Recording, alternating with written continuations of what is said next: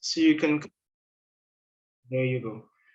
So good morning again, and we're going to continue our discussion on elasticity. But before we do, I want to take a step back and just look at demand and the concept of demand. And I'm hoping this is a topic that you all would have covered before.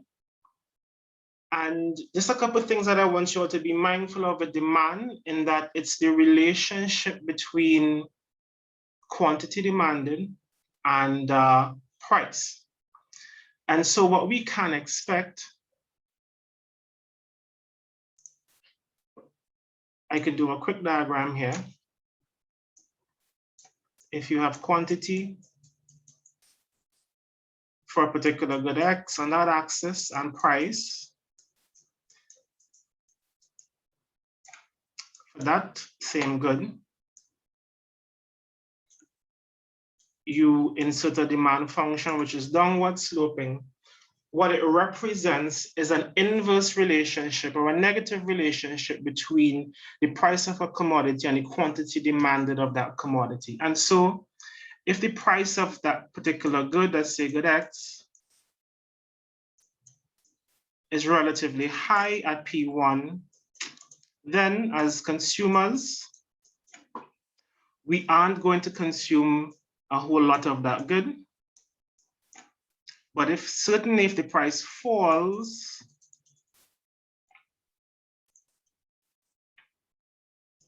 let's say to P2, then there is incentive to purchase more, to consume more of that particular commodity.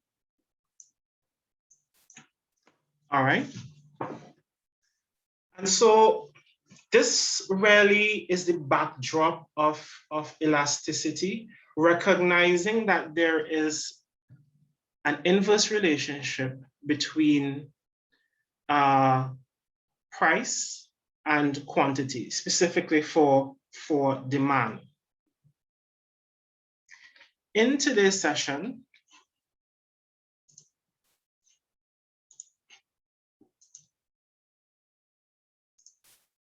as I said, I want to focus on elasticity of demand. And again, this is the foundation for elasticity of demand. So elasticity of demand takes the demand discussion a step further. And one recognizes that there's this inverse relationship between price and quantity. But what it suggests is that the change in demand can vary. It's really variable.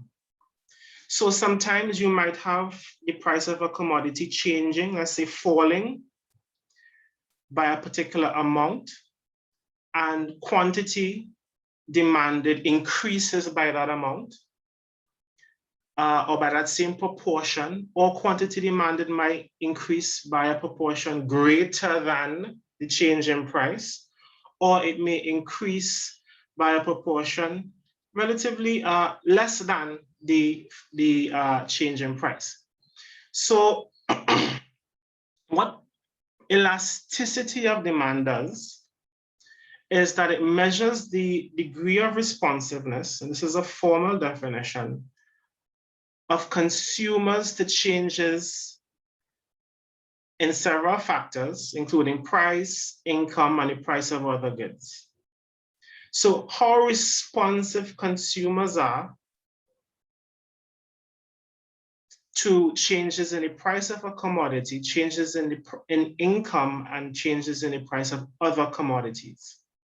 And so the different types of elasticity that we can focus on include price elasticity of demand. We spent most of the morning talking about this.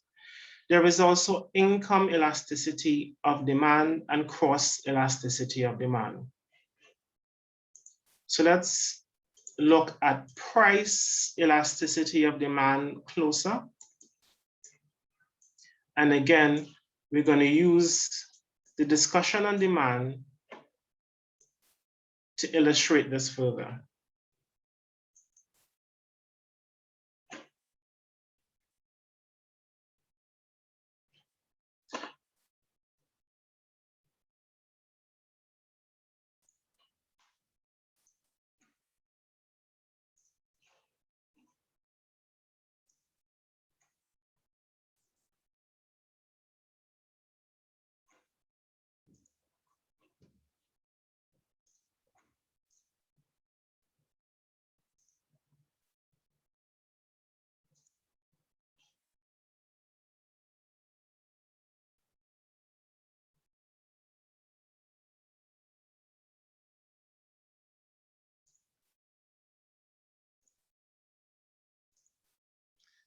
All right. So I want you all to envision something. Imagine, say, for example, we have two pieces of material. We have, let's say, a piece of leather.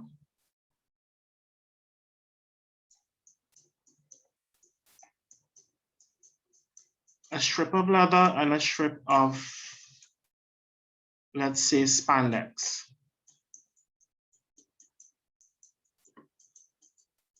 And with both strips, one end is tied to a tree.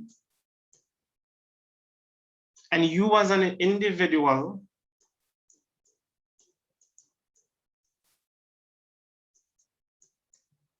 pardon my drawing, is pulling the leather, strip of leather, and the strip of spandex on the other end. And you are pulling, let's say, with the same force. Which one you think would give more weight, would give more stretch if you pull both materials with the same force? The spandex. The spandex. All right. And so when we talk about the concept of responsiveness of the consumer, you can think about it in terms of pulling these material. Yeah, if you pull the leather, you wouldn't get much change and you wouldn't get much stretch. You may get a little. And certainly with the spandex, there is more stretch, there's more pull, all right? And so the same thing can be thought of in terms of consumer responsiveness. So if you have the change, if price of a commodity changes, quantity demanded may change, but by very little, or quantity demanded might change by a lot. All right, so the change may be significant, it may not be significant. So keep that in mind.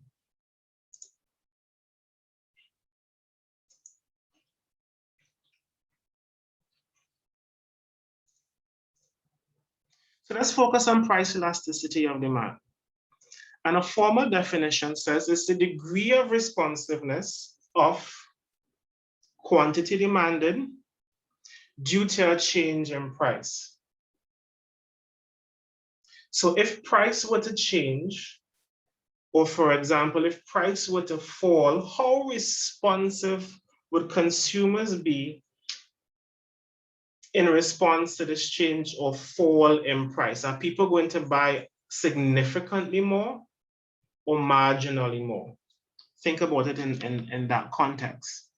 How do we measure price elasticity of demand? Well, it's the ratio of the percentage change in quantity demanded to the percentage change in price. And I want you all to take note of this description of how we calculate price elasticity of demand. The ratio of the percentage change in quantity demanded to the percentage change in price.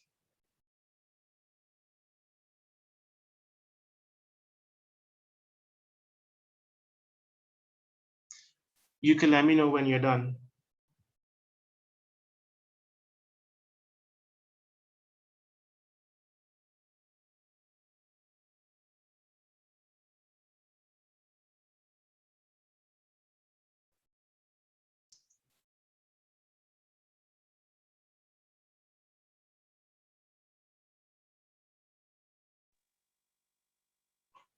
I'm finished.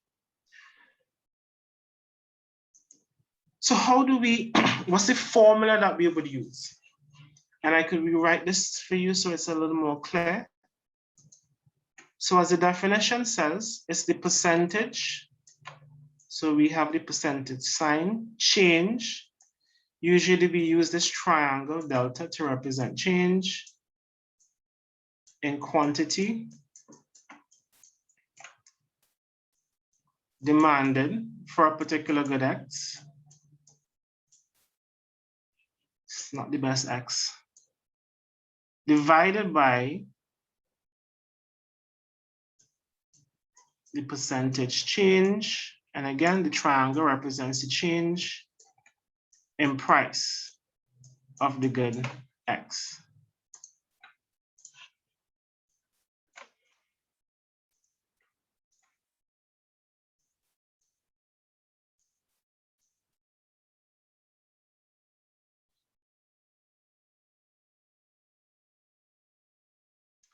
So just to visually conceptualize this, if we have a commodity, let's say cricks, for example, and the price of cricks goes up by 20%.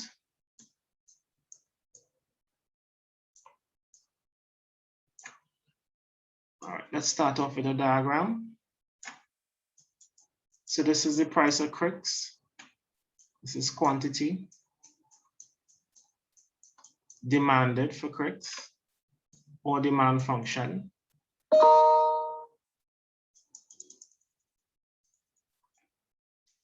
Let's say this is the initial price, this is the initial quantity.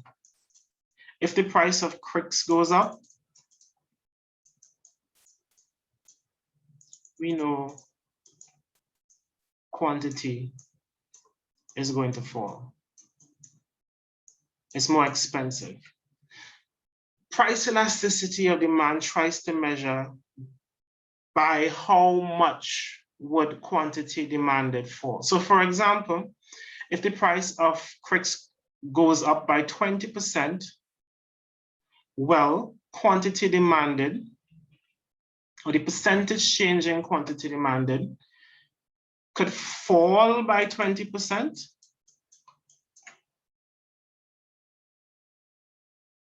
It could fall by more than 20%, or it could fall by less than 20%. Are you with me on that one? Yes, sir. All right, let's move on then.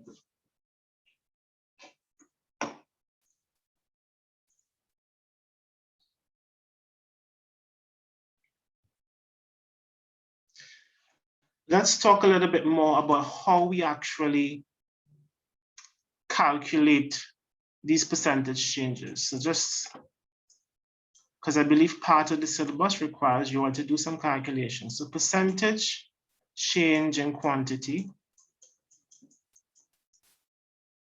divided by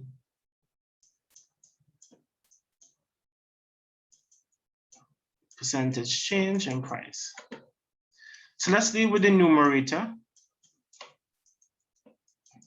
Price elasticity of demand. How do we get this percentage change? Well, what we can do is identify what the new quantity is minus the old quantity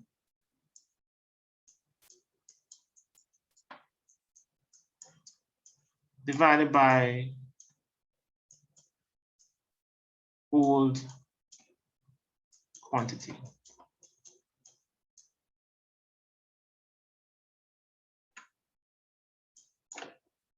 And of course, you can multiply this by 100 to get your percent. And in the denominator, it's a similar setup. It's the new price minus old price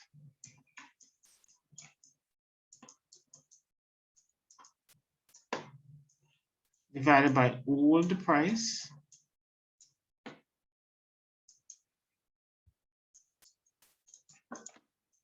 to get a sense of the change. And if you want percentage change, you can multiply that by 100.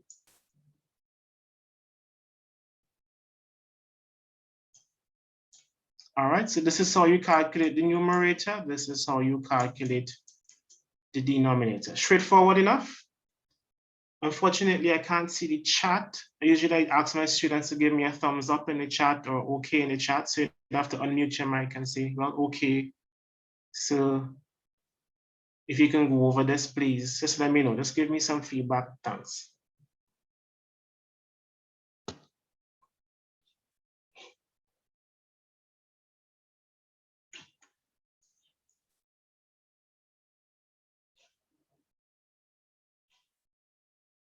I understand, sir. All right. Let's move on if there are no questions.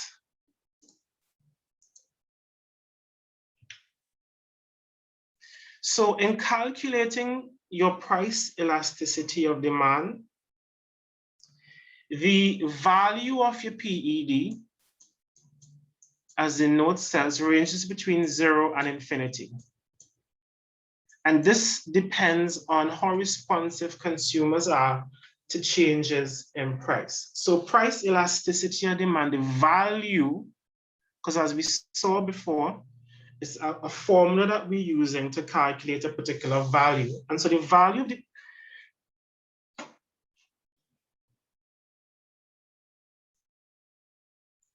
value of the PED would range between 0 and infinity. And more specifically, the value of the PED would describe then the type of price elasticity of demand that we are dealing with. So let's talk about that a little bit more. So the take home here is that PED, price elasticity of demand, ranges between 0 and infinity. And depending on the value of the PED, we can get a sense of, we can describe the type of elasticity of demand. And so elasticity of demand, price elasticity of demand specifically, can either be elastic, and we talk about what that means, elastic or inelastic. And this all depends on the value of the PED. And the value ranges between 0 and infinity. So again, remember, we're looking at, it's really a ratio, percentage change in quantity, divided by a percentage change in price. So it's a ratio or a fraction. And sometimes a fraction may be relatively, would be large, and you can get like a whole number if the numerator is bigger than the denominator. Or you can, in the true sense of the word, get a fraction where the numerator is smaller than the denominator. All right, because these are values that we are calculating. So your PED, price elasticity of demand, can be described as being perfectly or completely inelastic. And if it's described as being perfectly or completely inelastic, it means that the value of PED is equal to 0. And just to sort of help,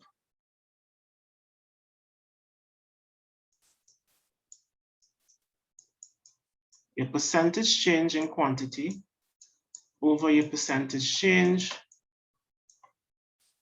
in price. Just give me a second.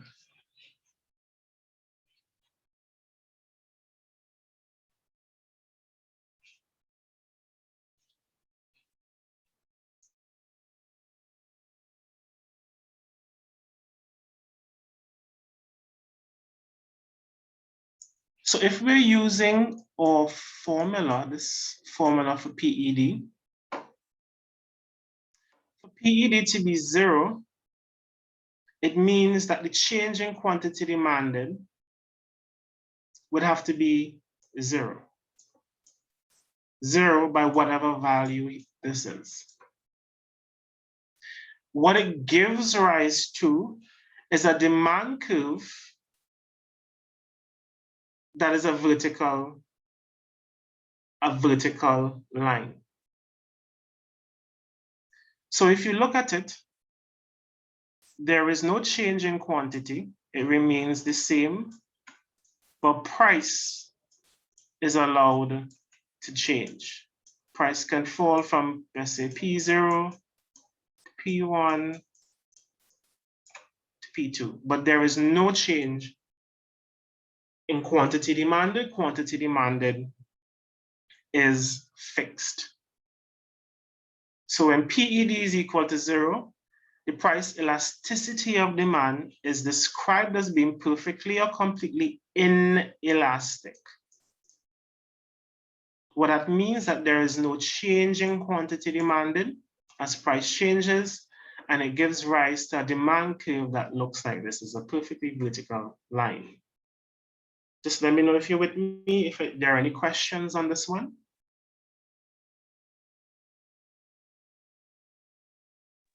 With you, sir. All right. Now, the second category for PED can be described as being relatively inelastic. And notice the difference in the wording. One is completely inelastic and this one is relatively. When PED is described as being relatively inelastic, the value of PED ranges between 0 and 1. And if you think about it, values between 0 and 1 are really fractions. So maybe like a 0.5, 0.5, 0.99, 0.77. So these are decimals, or it could be a half, a third, etc., etc. Now, when we look at the formula, percentage change in quantity divided by percentage change in price.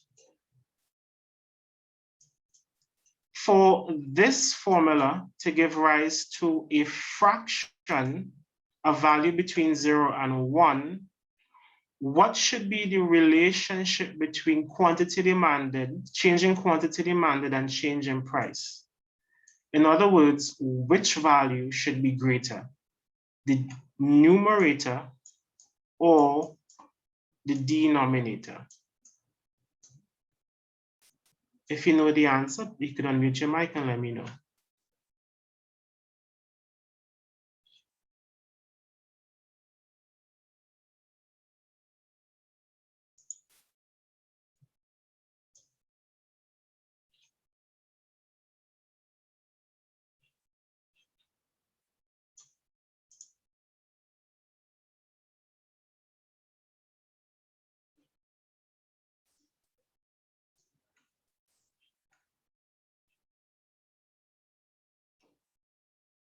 All right, so let me ask again.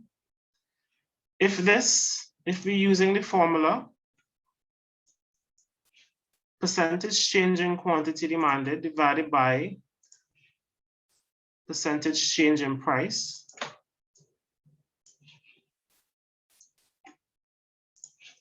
and this is to calculate PED.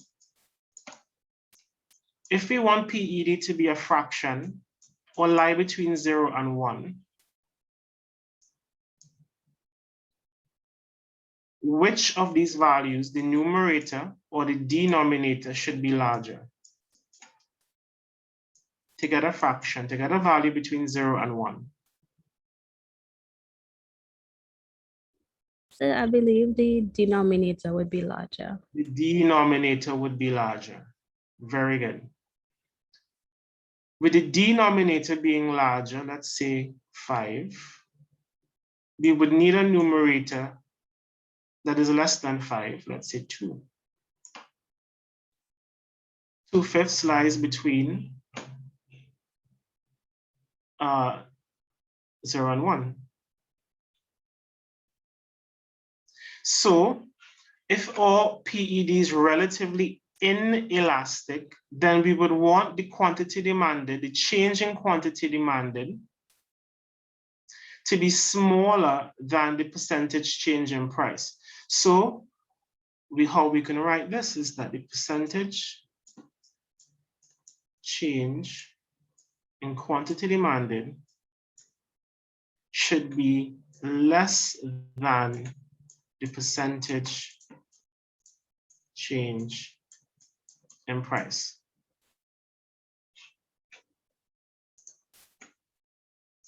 And what's the implication of this? Well, it gives rise to a demand curve that looks like this. How would you describe the slope of this demand curve?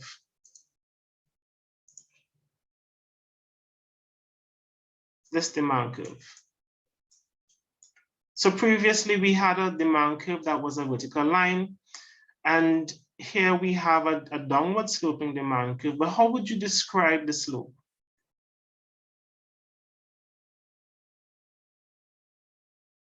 In other words, do you find the slope to be a gentle slope? Do you find the slope to be a steep slope? How would you describe it?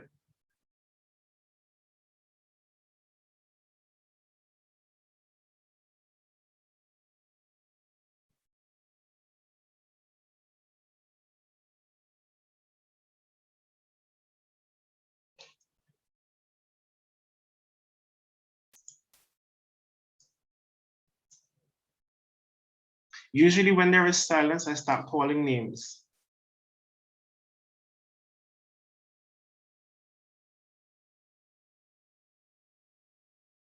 Maria, how would you describe the slope of this second demand curve? Is it gentle in your opinion? Is it more steep in your opinion? How about Roger? It's very steep. Right, so the slope of this curve is very steep. All right, and let's look at the diagram closer. So let's say initially the price is at P1, and at P1, quantity demanded is Q1. And then the price of the commodity falls to P2. But this is the size of the fall, that particular gap. And as a result, quantity demanded increases to Q2. And I want you all to just look closely at the size of each gap on the price side and on the quantity side. Which gap is larger? Between the two price points or between the two quantities? Sorry? Between the two prices. Between the two prices. So the gap between quantity is smaller. In other words, the percentage change in quantity demanded is less than the percentage change in price. Are you all with me? Yes, sir.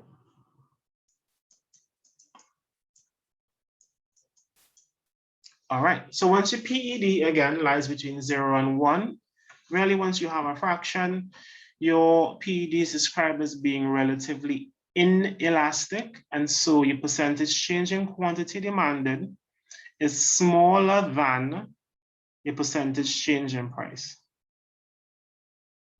Let's move on.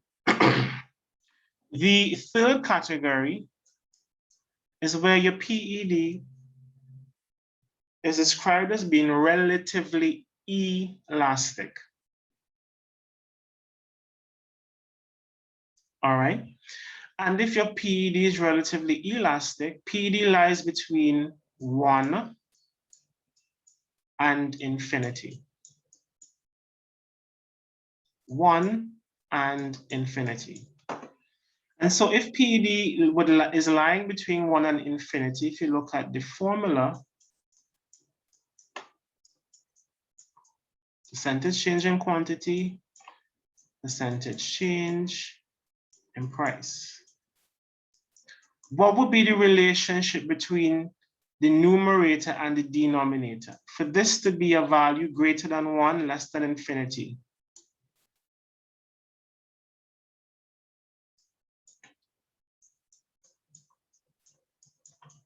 the percentage change in quantity should be what in relation to the percentage change in price? Should it be less than? Should it be greater than? Should it be equal to?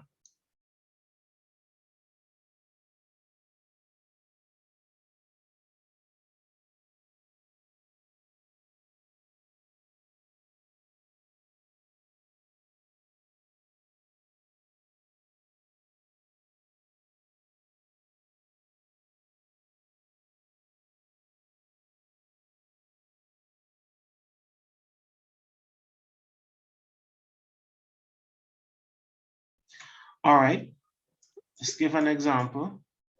If the so PED again, percentage change in quantity over percentage change in price. If let's assume the percentage change in the price of the good is 1%. By how much should quantity demanded change by? Should it be 1%? Should it be more than 1%? Should it be less than 1%? Or should it be the same 1%? For the PED to lie between 1 and infinity, some very, very large number, if the percentage change in price is 1%, what value should we have at the top? Should it be a value less than 1%, greater than 1%, or equal to 1%?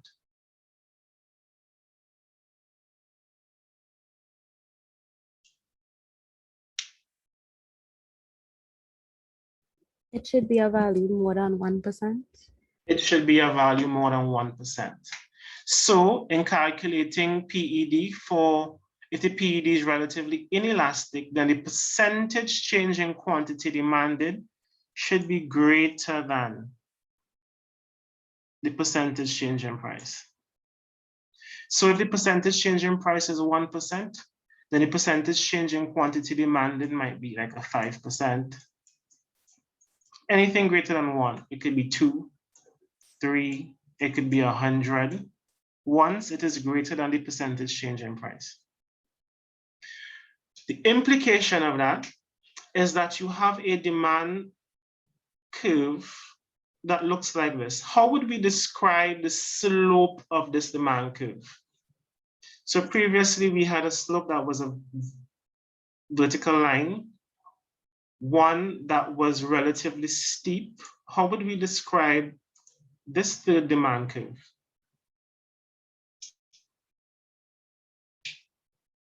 Is it steep like the previous one? How would we describe it? Is it a gentle slope? Is it a steep slope?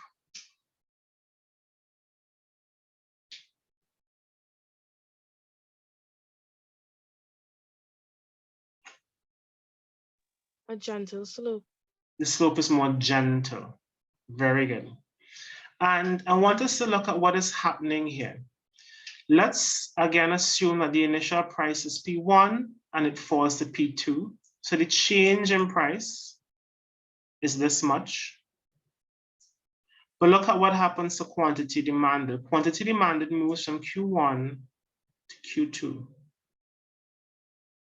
Which one of these variables is changing by a greater proportion? Quantity demanded or price? Quantity demanded. All right, so this then is supported. The percentage change in quantity demanded is greater than the percentage change in price. Very good.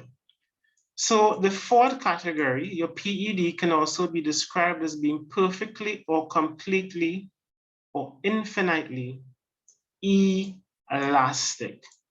And if you notice, we're really moving on a continuum. We started off by being perfectly inelastic, where there is little to no change, where there's no change, little change. significant change. And then we're moving to perfectly elastic. When your PED is described as being perfectly elastic, the value of your PED is infinity.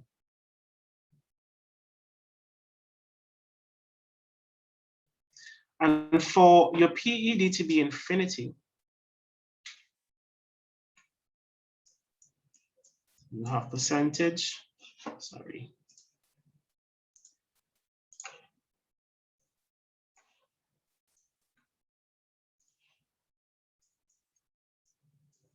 Change in quantity over percentage change in price.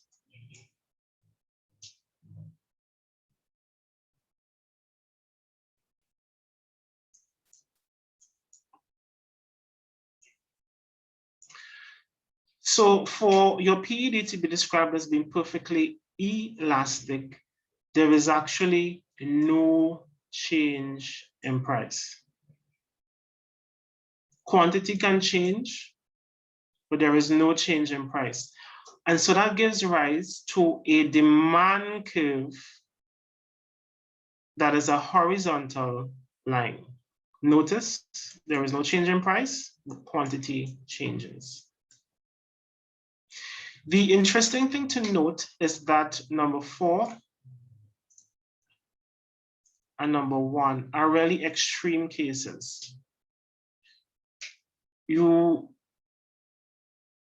would hardly, in reality, find markets where the demand curve has this type of slope and this type of slope. I think when you all do market structures, I'm not too sure if you are at that point. I wouldn't go into much detail. We talk about a perfectly competitive market where the demand curve is a horizontal line. But these are rare cases, extreme cases. The final category is where we have unit elasticity, or sometimes we call it unitary elastic. And in this case, the PED is equal to 1. Now, if your PED is equal to 1, then it means that the percentage change in quantity demanded must be equal to the percentage change in price.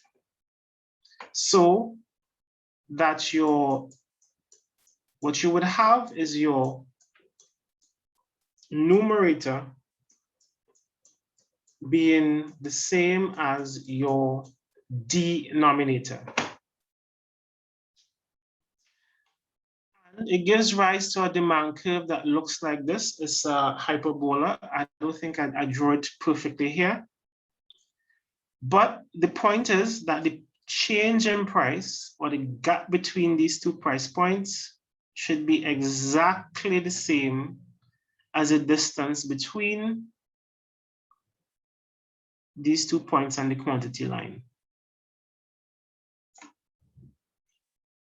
All right, so I'm going to pause here for any questions that you may have before I continue. So any questions?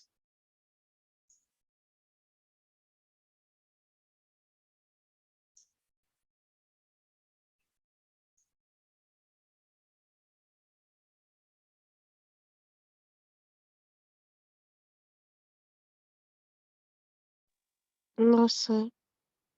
All right.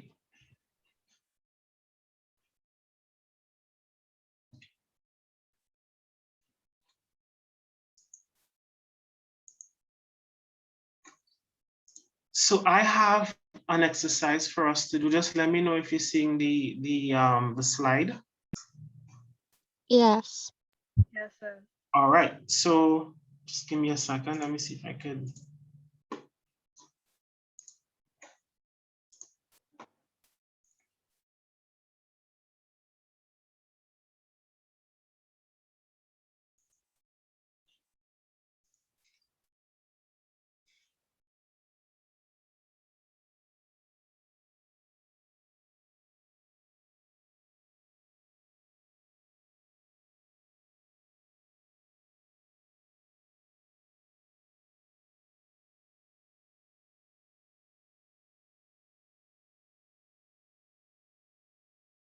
All right, so we're dealing with tomatoes here. And I suggest you get your calculators out. It says the original price is $4 per kilo. The new price, $6 per kilo. So the price has increased. We are required to calculate the percentage change in price. We're also given that the original quantity, when the price is 4 kilos, $4 a kilo, the original quantity is 10 kilos, and the new quantity, as the price increases, the new quantity is 6 kilos. We need to calculate the percentage, we need to calculate the change in quantity, and then we need to calculate elasticity. So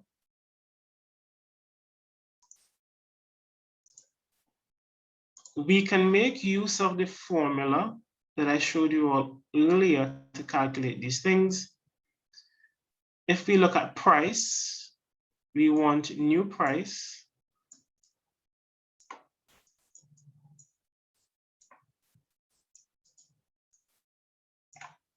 minus old price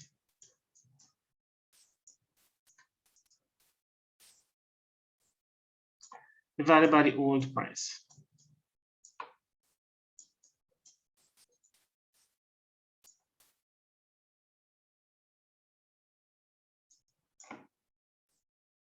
All right, so what's the new price again?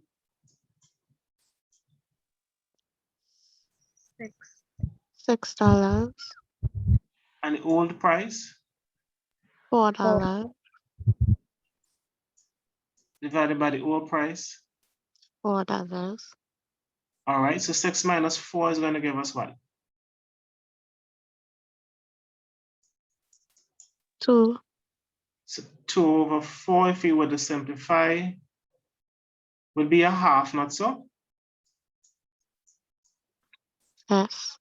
And if you're looking at percentages, it's really a 50%.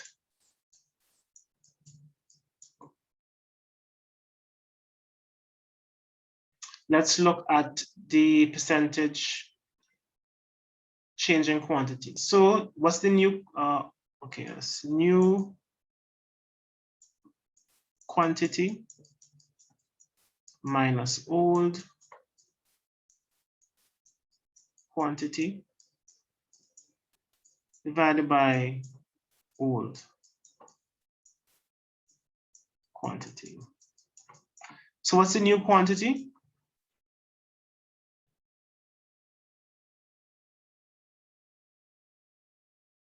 6. And the old 10. divided by old. So 6 minus 10 is going to give us what? -4. -4 divided by 10. Just work with me here a second. I'll explain something to you shortly. If we take the absolute value, this is really 0.4. In percentages is 40%.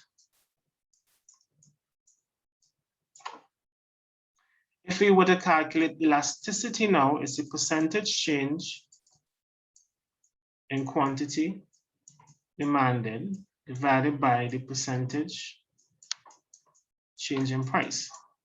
So what we're looking at here, percentage change in quantity is a 40%, or you may want to use 0.4. And the percentage change in price is a 50% change in price. Or you may want to use 0.5.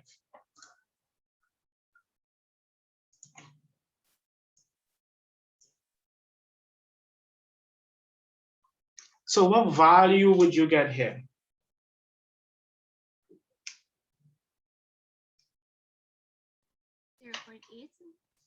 Point eight.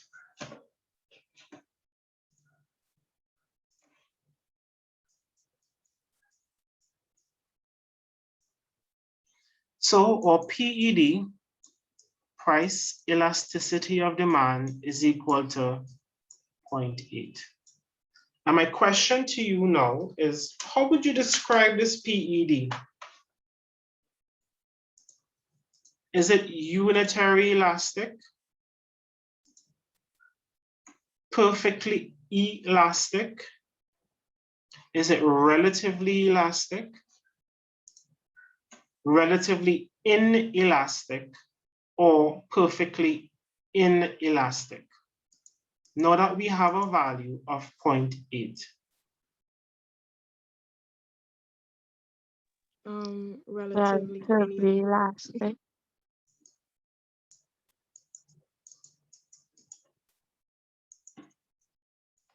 Relatively, sorry? inelastic. Inelastic. Wonderful.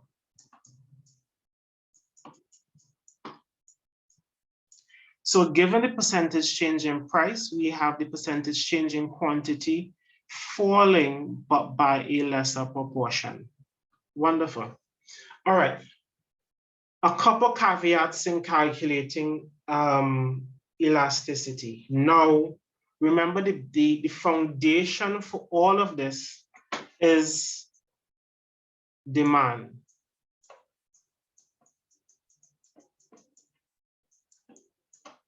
And demand again shows this inverse relationship, this negative relationship between price and quantity. All right. And so when you're calculating price elasticity of demand, your PED is always, the calculation is always going to be negative.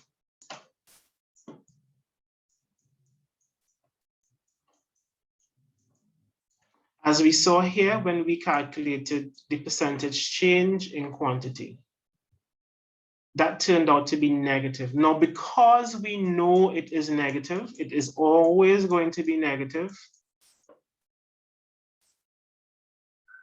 What we do is ignore the negative sign. We know once price goes up, quantity falls. If price goes down, quantity demanded increases. We know that. So we can take the liberty then to ignore the minus signs when we're doing the calculation. And this is probably the only time when you're doing mathematics where you would be ignoring a minus sign. Are you all with me on that one? Yes, sir. All right. Also keep in mind that we said that PED lies between 0 and infinity.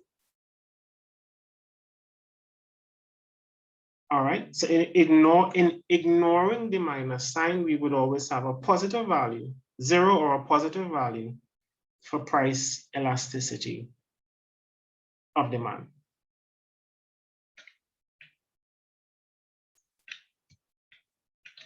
Should we continue or do we take a break?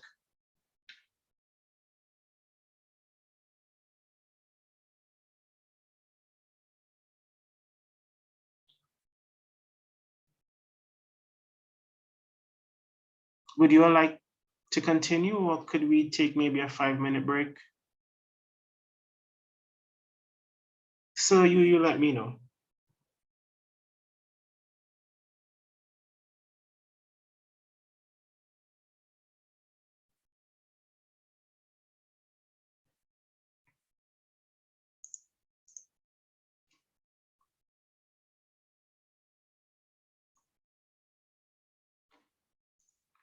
All right, I guess let's continue then.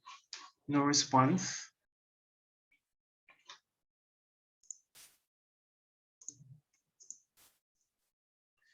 All right, so let's talk about the factors that would affect price elasticity of demand. And we see how much of this we can get done today.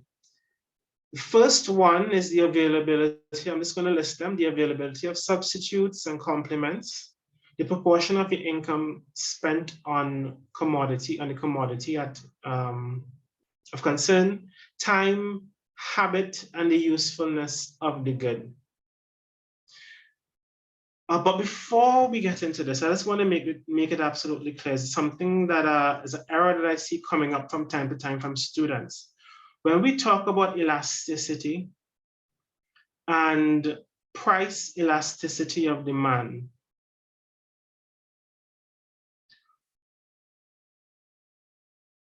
what I want to make clear is that we are making reference to the nature of demand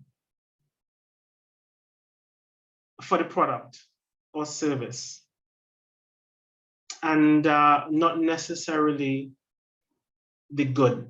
So let's say, for example, if we have, let's say apples. If we want to describe the price elasticity of demand for apples, what we don't say is that apples or the good is price inelastic or price elastic, but rather the demand for the good could either be elastic or inelastic. Is that clear?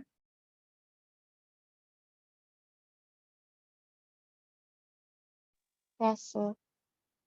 If we pick another good, let's say Nike sneakers, what we say is that the demand for the sneaker is either elastic or inelastic, but we do not say that the sneaker itself is elastic or inelastic. All right, so the factors affecting price elasticity of demand: availability of substitutes. Do we know what substitutes are?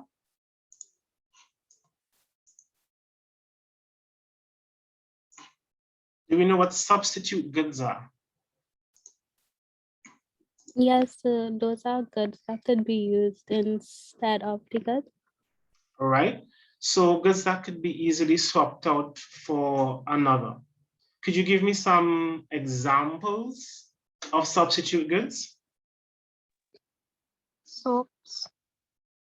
You have to be a little more specific. So if you're looking at soaps, what kind of soap? What could be substituted?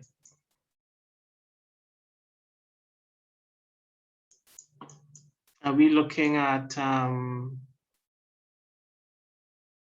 do we still have Squeezy? Is it Squeezy still, or is it Quicks?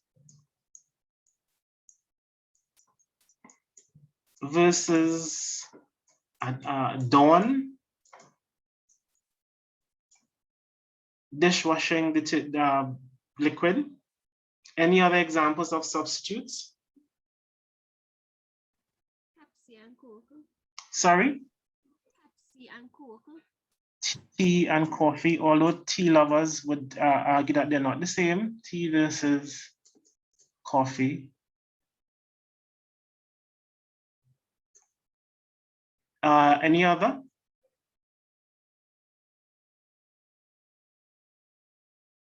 Butter and margarine. Butter and margarine, that's a good example. Any other?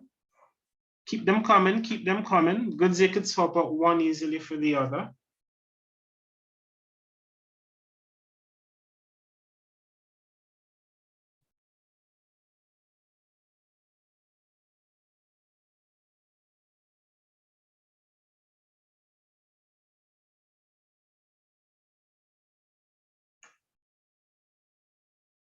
Would you all say Coca-Cola versus Pepsi?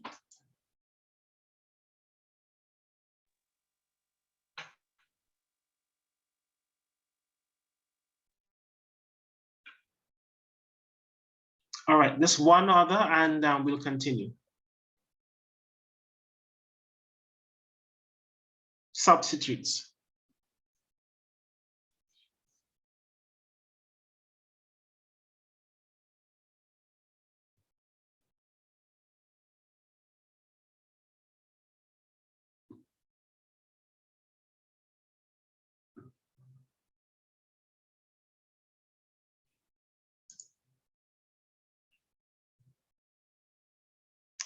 Sage, do you have any substitutes you want to share?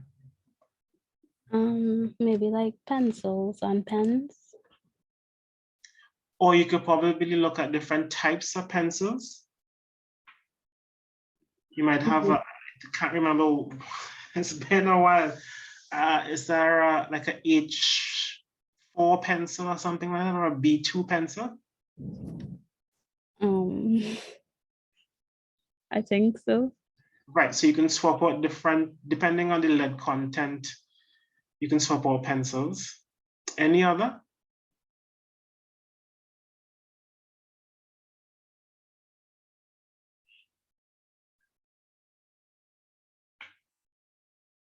All right, so the point is substitute goods, you could switch one for the other easily. These goods are also considered homogeneous in nature for the most part. And goods that tend to be substitutes, the demand for those goods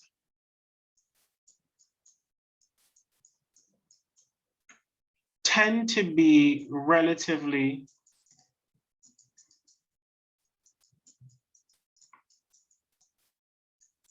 elastic. So take note of that.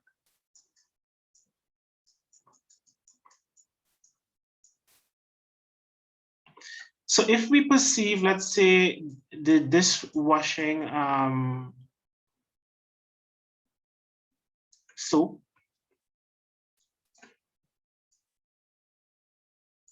to be close substitutes.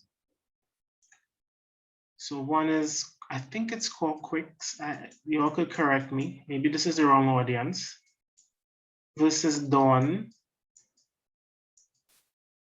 Quicks might have been called Squeezy at one point in time. Price.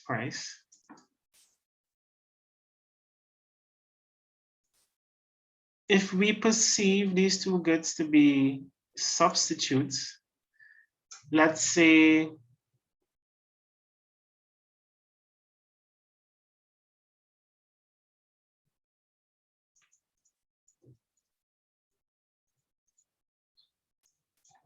the initial price of Dawn is P1, quantity demanded Q1.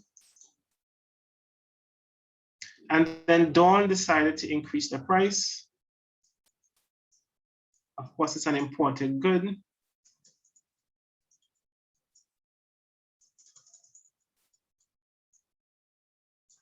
Quantity falls significantly.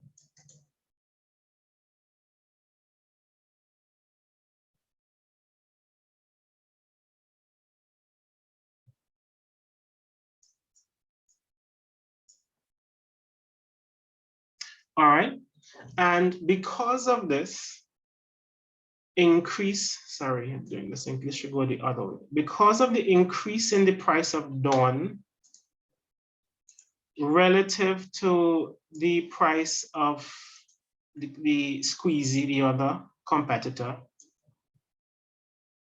we would switch options. When you walk through the aisles, you realize, wait, Dawn, the price of Dawn gone up, boy. And you might have liked Dawn, but Quicks is just as good. And so you decide to demand more of the Quicks detergent, liquid detergent, dishwashing detergent, because the price of the competitor that you're used to buying has gone up. So you buy significantly less of it and more of the substitute good. Are you with me on that one?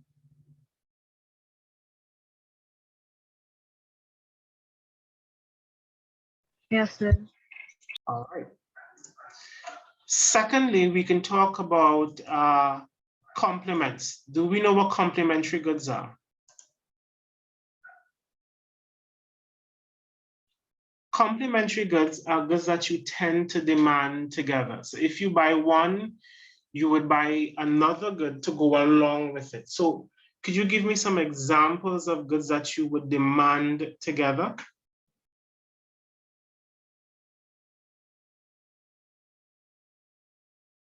So if, for example, you want to get the full utility of a particular of something, you need to demand two goods. So they go together. What two goods go together?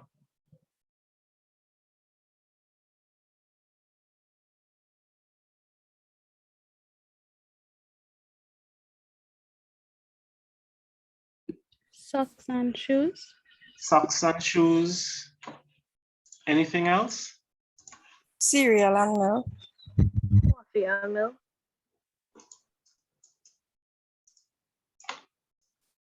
Cereal, I like this one, cereal and milk. Any other? Somebody said coffee Shampoo and conditioner. and milk. Shampoo and conditioner, that's a very good one. So we get the point, we get this, what complementary goods are. So with complementary goods, because that you demand together,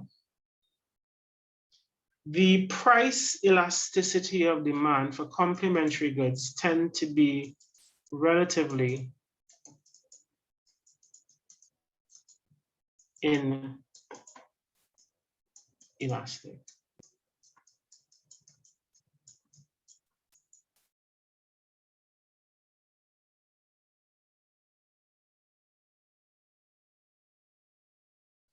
And so if we think of cereal and milk, this is a really good example.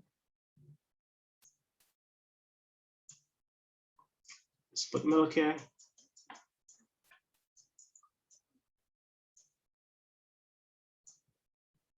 If let's say, for example, the price of milk initially is P1, we consume Q1 units, price goes up,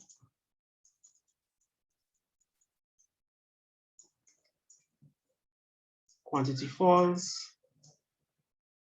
Now, because we're demanding cereal and milk together, even as the price of milk goes up, yes, we consume less milk, but because you need your milk to go with your cereal,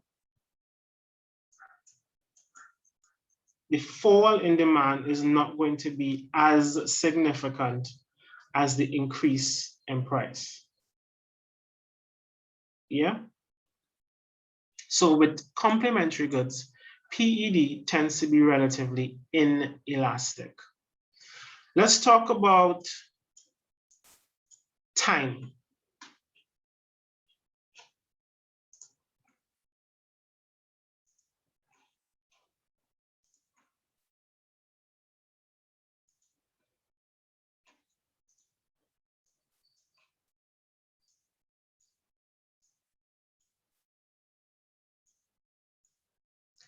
Usually with time, or over time, I should say,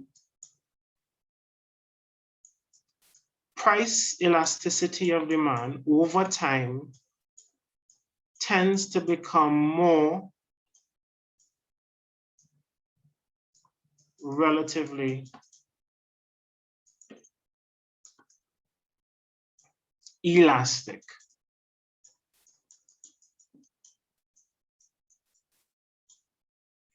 And the classic example, well, the example that is most pertinent to my experiences with cell phones.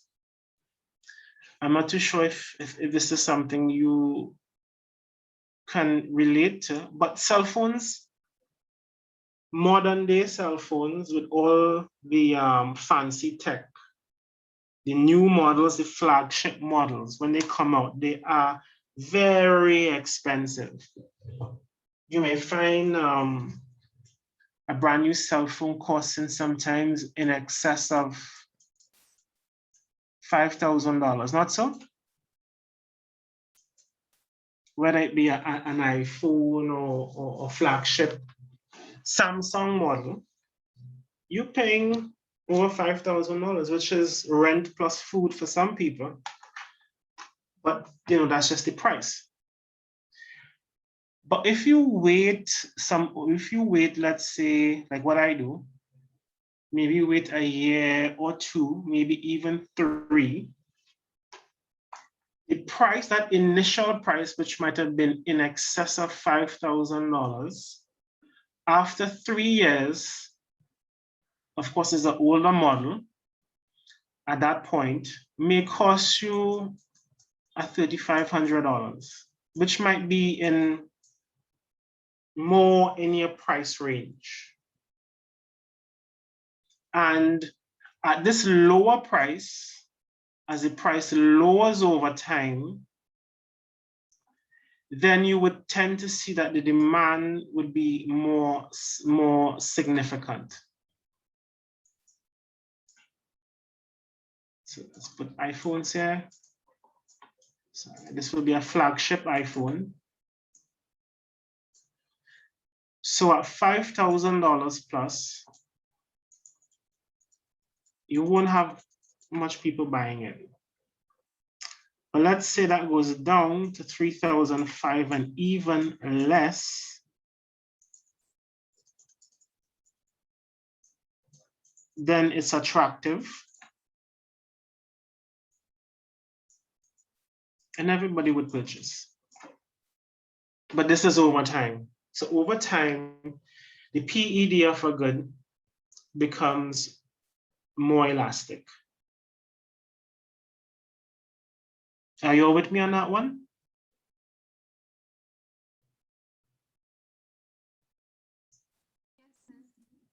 All right. Now let's also look at habit.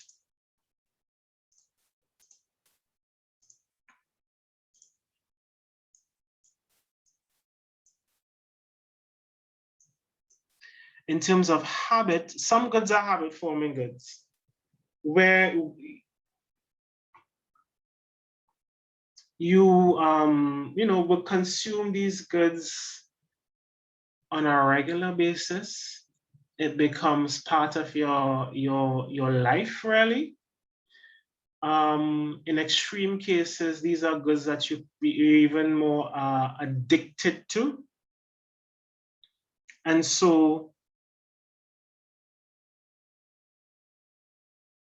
with habit forming goods,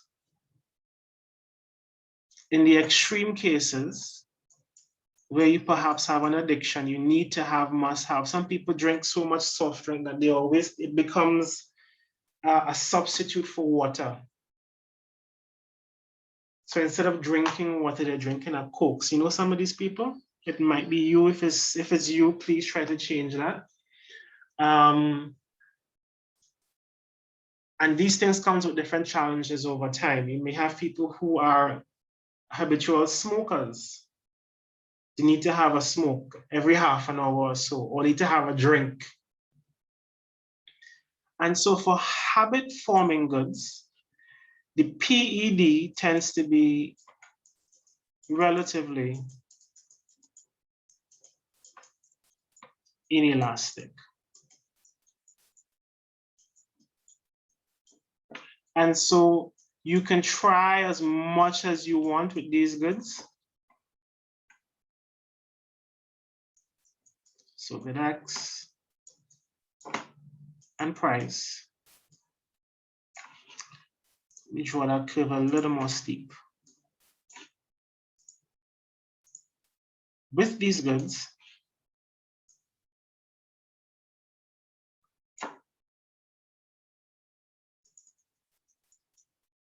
let's say your initial price is here, quantity. If you increase the price significantly, quantity demanded falls, but by a lesser degree. If it's a habit forming good, if people are addicted to the good, if you increase the price of that good, let's say for cigarettes, for example, I'm not too sure, sir or miss, if you're on the line, let me know if this discussion is too much for the class. But certainly in the world of tobacco and cigarettes, a lot of agencies across the world, governments across the world, regulatory authorities, because of the dangers of associated with cigarette smoke in terms of health challenges, increase in incidence of cancers, etc. They try to put a lot of pressure on the tobacco companies to make cigarette consumption less attractive, especially for potential smokers. And one of the ways they do it is to impose taxes. So you impose these taxes on cigarette, in the sale of cigarette, to make it less attractive. And so the price of these commodities will go up. But if you are a habitual smoker, you need a smoke. Same thing with other drugs, I suppose. Even if the price goes up, because it's a habit-forming good, quantity demanded would fall, but not significantly. All right. Is that clear? Could we move on to another one?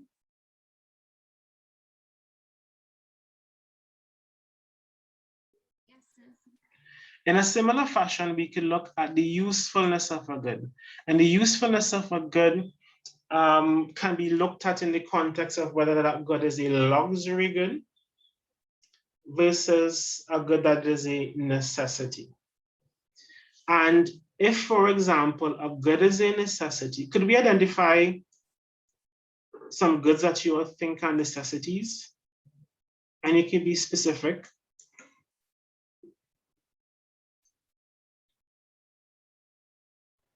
What are some, sorry?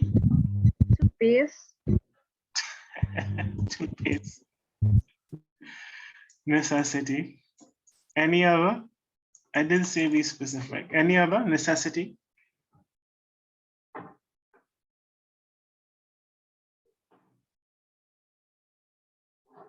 When you think about items that are purchased at the supermarket, what are some of the things that we always pick up? Or maybe your parents? Seasoning, like green peppers. All right, so if you're cooking, you need seasoning. And for us in the Caribbean, you know, we must well season our food. Anything else? Flour, oil. Flour, oil.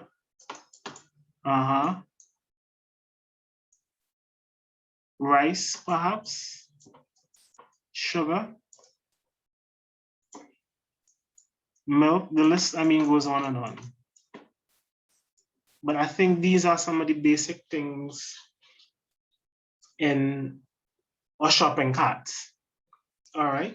And so for necessities, things that we absolutely need to survive, the demand for these goods would tend to be relatively inelastic. Again, if the price goes up, yes, we may consume a little less. But because there are necessities, demand is not going to fall significantly. In the case of luxury goods, now these are goods that we don't need for survival. Could we identify some examples of luxury goods then? What would you consider to be a luxury good? And you could be specific.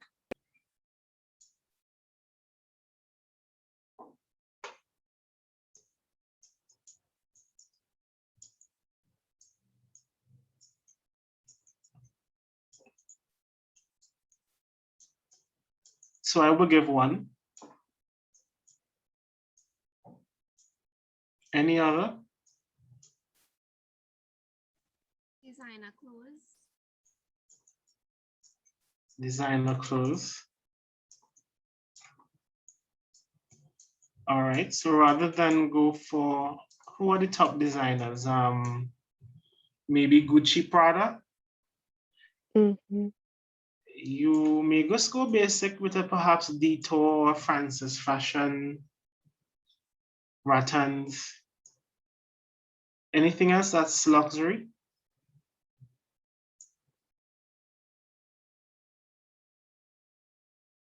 Jewelry, for example, may be luxury. And so for luxury goods, luxury type goods, the demand for those goods would tend to be relatively What do you all think? Inelastic or elastic?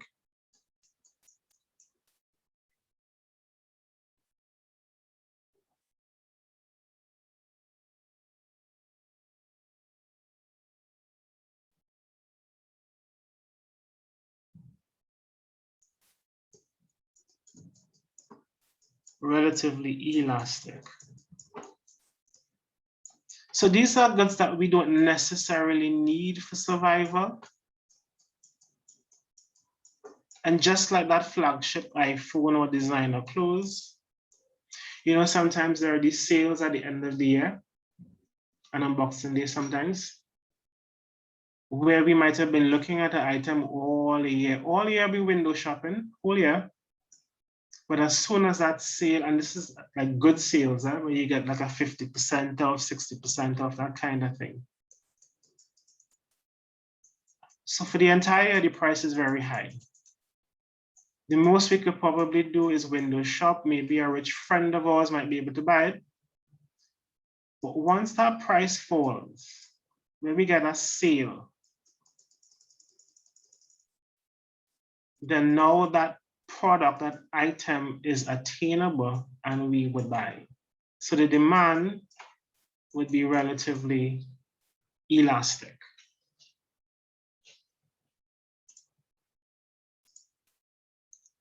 The final factor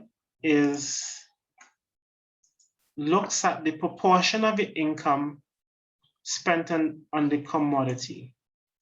Now this one is a little more involved, and I will try my best to explain. Now, the proportion of income spent on the commodity, what I want to do is make clear that,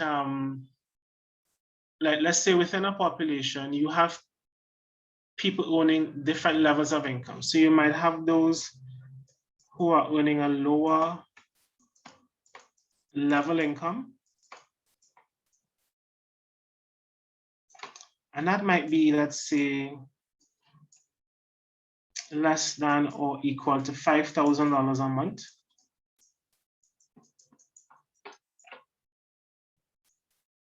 And then there are those with a higher level. I'm just going to do two extremes.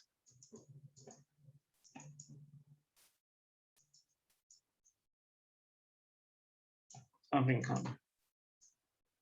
And that might consist of people earning in excess of 20,000. So we're not going to deal with the in-betweens.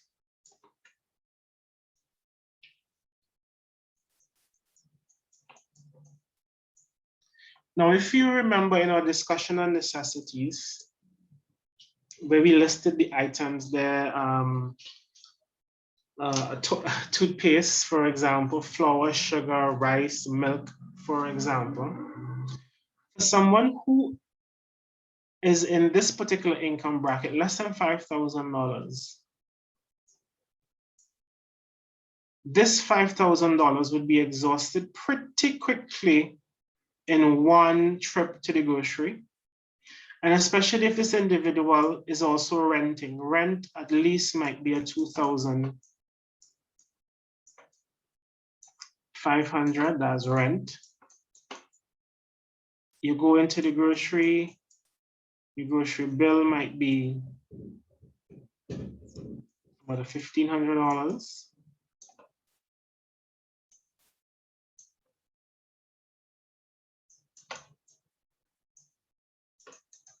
And I might want to be careful with which grocery you go to, because some groceries would be a little more expensive than others. So this already is $4,000. Then you have all these other bills, utilities. You have utilities. You have transport. That would account for the remaining.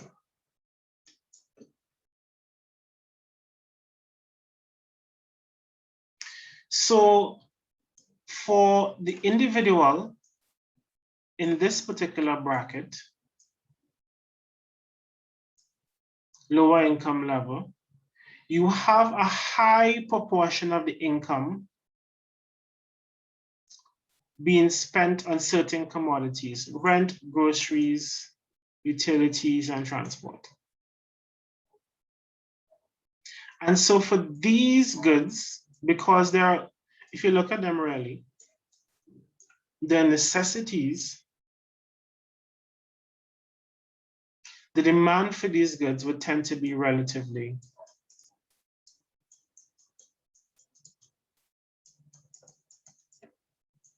inelastic.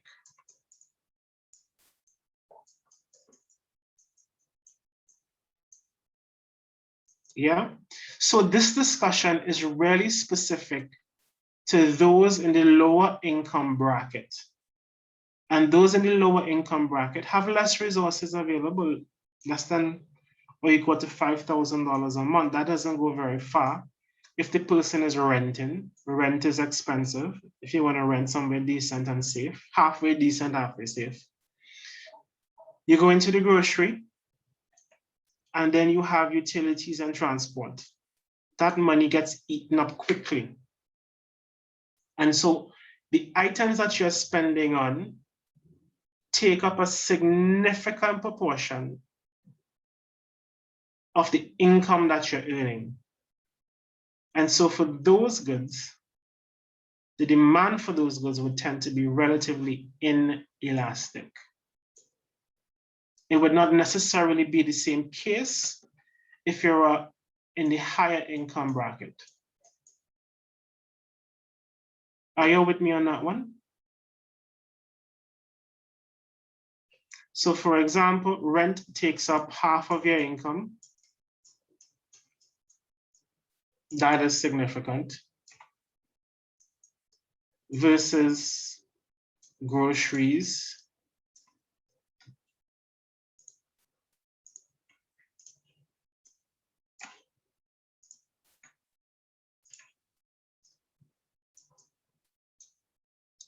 Versus utility and transport.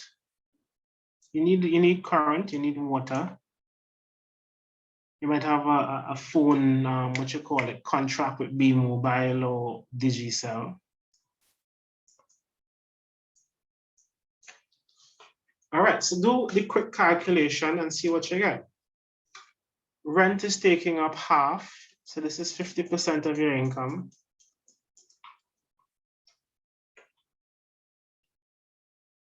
Groceries, that's 30% of your income. Utilities and transport, 20%.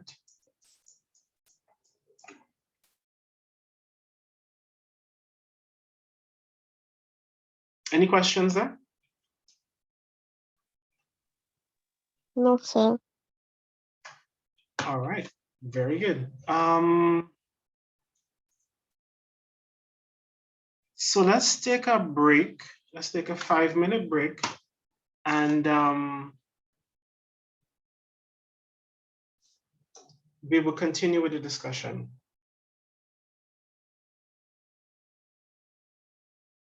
If you have any questions, you could post your questions in the chat and I will try to respond to them.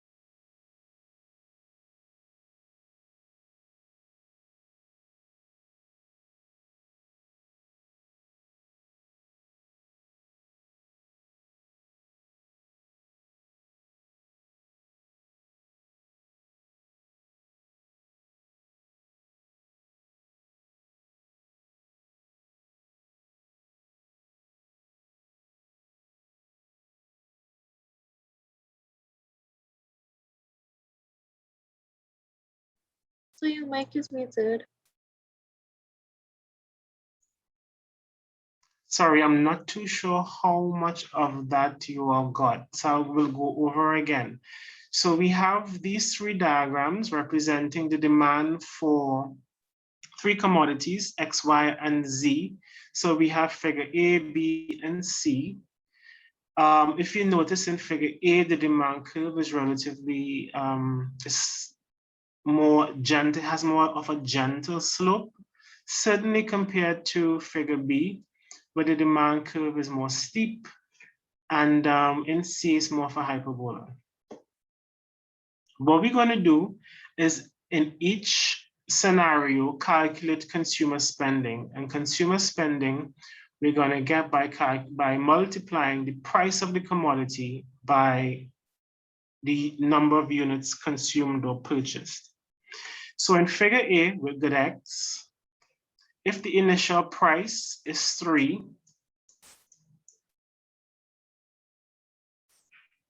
or $3, and at $3, the consumer purchases 300 units of good X, what would be the value of consumer spending?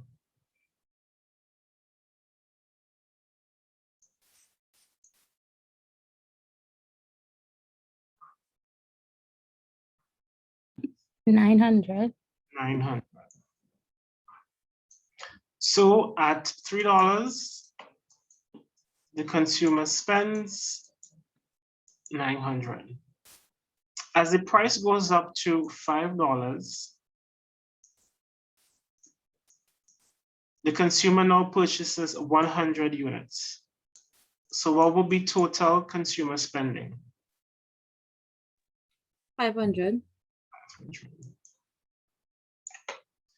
All right.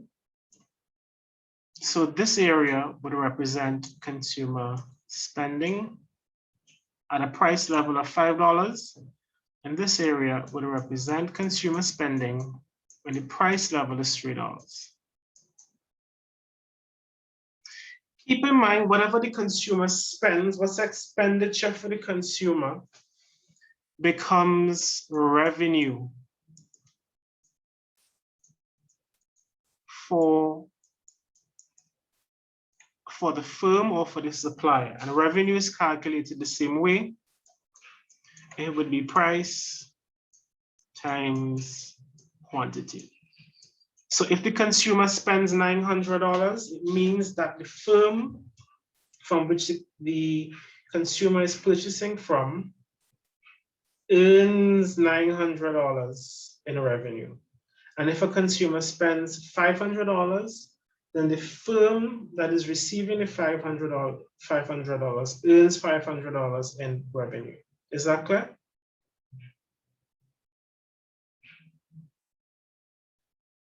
Yes, sir. All right, let's look at figure B. In figure B,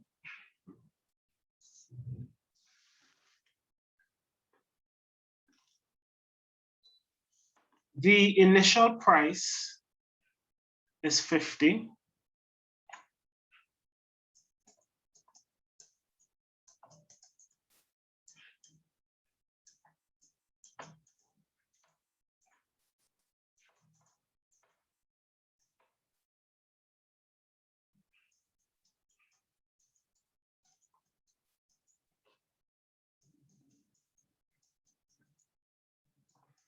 For the word total there, so total consumer spending, total consumer spending. So in figure B, the initial price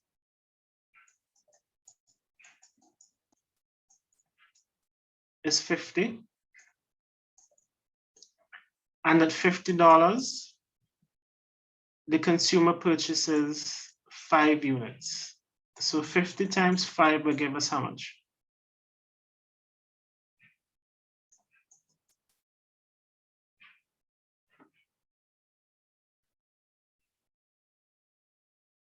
$250. 250. And if the consumer is spending in total 250, Your revenue for the firm would also be 250. If the price, however, goes up to 100, and notice as the price goes up, quantity demanded falls, but in this case, it falls marginally. So we know this is inelastic demand, or relatively inelastic. Quantity is 4, so 100 times 4 will give us what?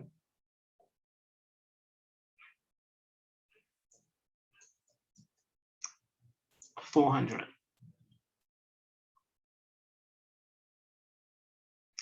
And if the consumer is spending 400, then the firm is also earning $400 in revenue. In figure C now, again, we're going to do the same thing. Total consumer spending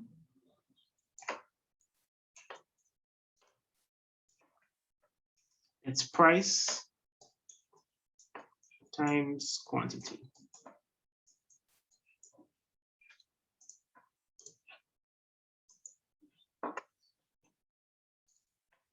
And initially, let's say the price is at $2. At $2, we purchase 12 units, so 2 times 12 should give us 24.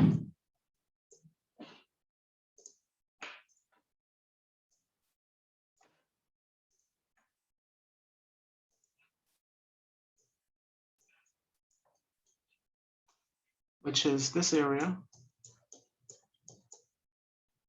And as the price goes up from $2 to $6, quantity demanded falls to 4. And so total consumer spending remains at 24. Yeah. This one would be unitary elastic. The change in quantity demanded, or the percentage change, is equal to the percentage change in price. And again, whatever the consumer spends becomes revenue for the firm. So my question to you all, if you were, let's say, managing a firm, you're producing good X. You're managing a firm and you're producing good X. What would be your pricing strategy for good X? Would you keep the price at $3 or would you increase the price to $5? And why? What decision would you take and why would you take that particular decision? Keep the price at $3 because you'll be making more revenue than if you had increased it to 5. Okay, and what is the PED for this particular good? How would you describe the PED?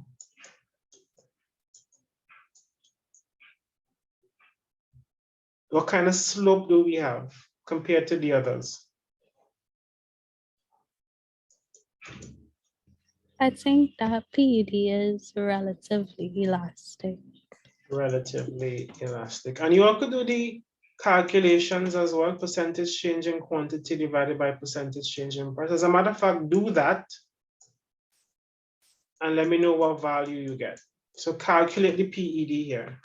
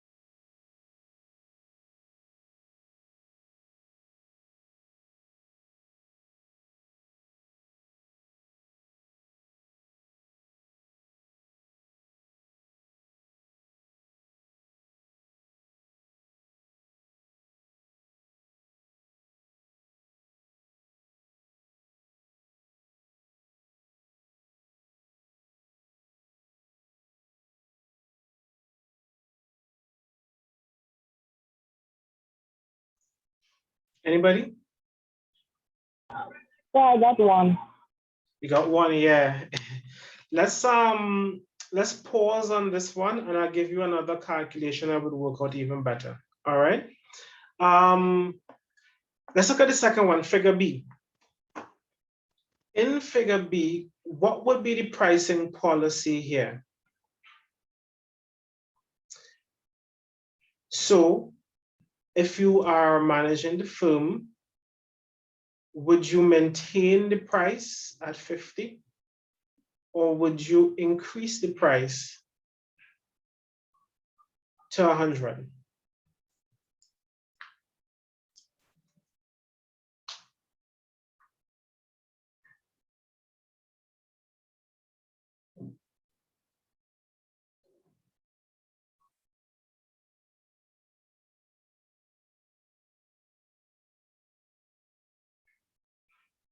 What would you do?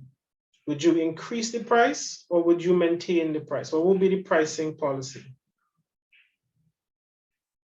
Figure B, Increase the price increase the price. Why? because the slope at the PD relatively inelastic, so they'll be earning more revenue. All right, you earn more revenue. Revenue will be 400 versus 250. And in the final diagram, figure C, what would be your pricing policy here? Would you keep the price, initial price, or would you increase the price?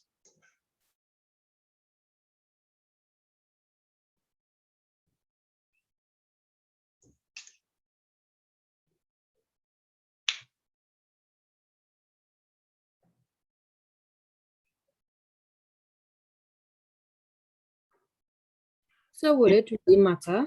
It would not matter because the amount of revenue would remain the same. All right, wonderful. Now the question at hand is, on which goods should the government impose a tax? All right, so a tax really is an extra charge imposed by the government. It's one of those fiscal tools available to the government. And if you're imposing a tax, if you think of, say, for example, value-added tax that you pay on retail, what it does is that it results in an increase in the price of a commodity.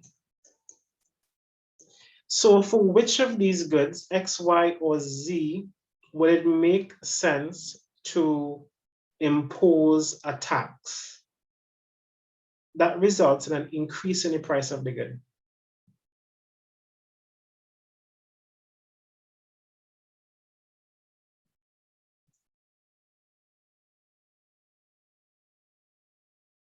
Would you want to impose a tax on good X? Would you want to impose a tax on good Y or a tax on good Z?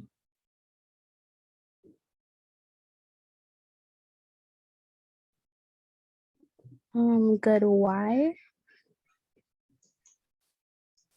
You have to give me a reason. Because with good Y, when the price increase, the revenue also increased. All right, very good.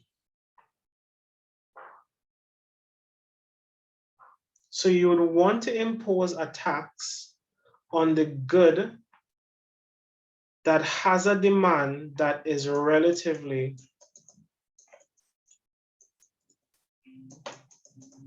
inelastic. And we talked about what these goods, some of what these goods could be. So certain things like habit forming goods, like alcohol and cigarettes, there are always taxes on those things. You could earn some revenue, the government can earn revenue by imposing taxes on these types of goods. Any questions?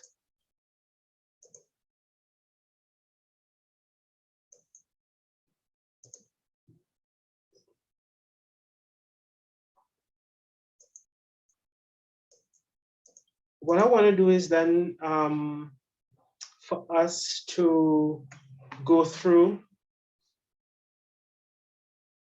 or rather for you all to go through this question, now that we've covered enough of price elasticity of demand. It says 3 goods A, B, and C were initially priced at $100 per unit, respectively. And at this price, 100 units of each good was sold. Following a 50% reduction in the price of these goods, the new quantities demanded for good A, B, and C are 300 units, 120 units, and 150 units, respectively. Calculate the price elasticity of demand for each good. Based on your answer in part 1 above, describe the nature of the price elasticity of demand for each product using that should probably be using well-labeled diagrams. Illustrate the demand curves for each product. Which one of these goods, A, B, or C, the government may want to impose a tax? Provide an explanation for your response. So I'll give you all, let's say, 10 minutes. That should be enough to attempt this question on your own, and then we'll compare notes at the end.